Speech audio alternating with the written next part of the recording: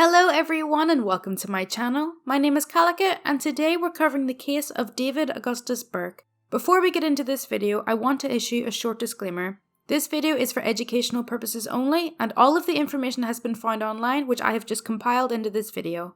So, David A. Burke was born on the 18th of May 1952 in the United Kingdom to Jamaican-born parents and they later emigrated to the United States of America.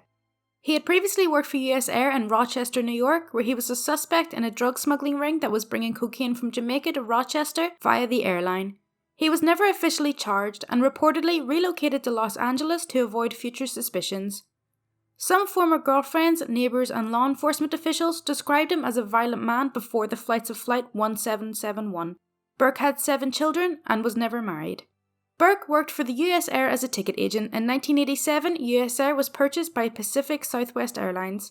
On November the 19th, it was discovered that Burke had stolen $69 worth of in-flight cocktail receipts and was subsequently fired. On the afternoon of December 7th, Burke had a meeting with his manager Ray Thompson to appeal the decision and try and get his job back. Thompson refused and then left to catch Flight 1771, a British Aerospace 146-200A plane which was named the Smile of Stockton, and this was his daily commute flight from Los Angeles to San Francisco where he lived. Out of anger and desperation, Burke booked a one-way ticket on the same flight using his US Air credentials, meaning he could travel for free as he had not yet returned those to the company. As he was an employee, he was able to bypass airport security carrying a Smith & Wesson Model 29.44 Magnum revolver, which he had borrowed from his co-worker Joseph Drabick a few days prior. Flight 1771 departed from LAX at 15:31 PST and was scheduled to arrive in San Francisco at 16:43.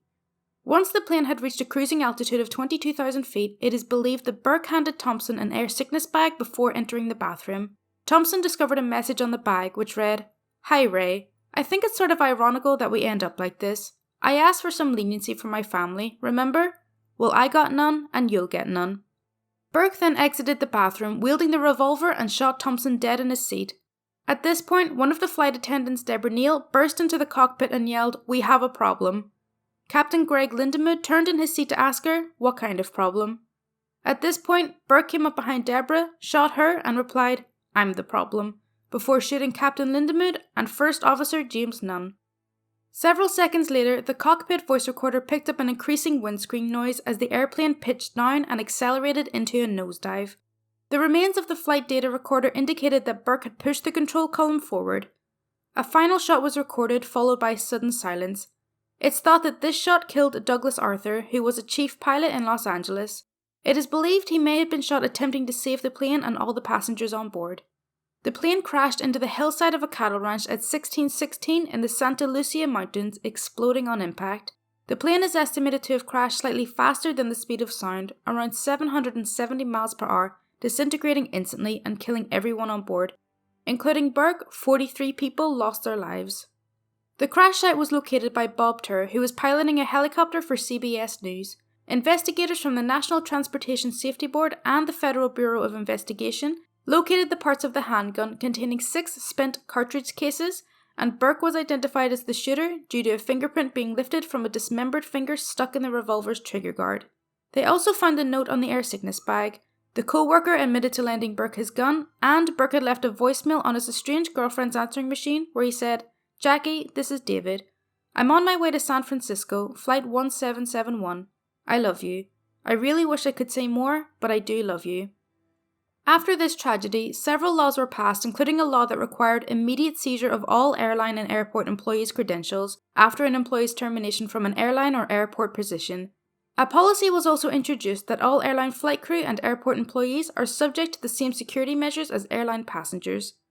In the Garden of Hope section of the Los Osos Valley Memorial Park, there is a granite and bronze marker honouring the 42 victims of Flight 1771, and a number of passengers and crew have been laid to rest there.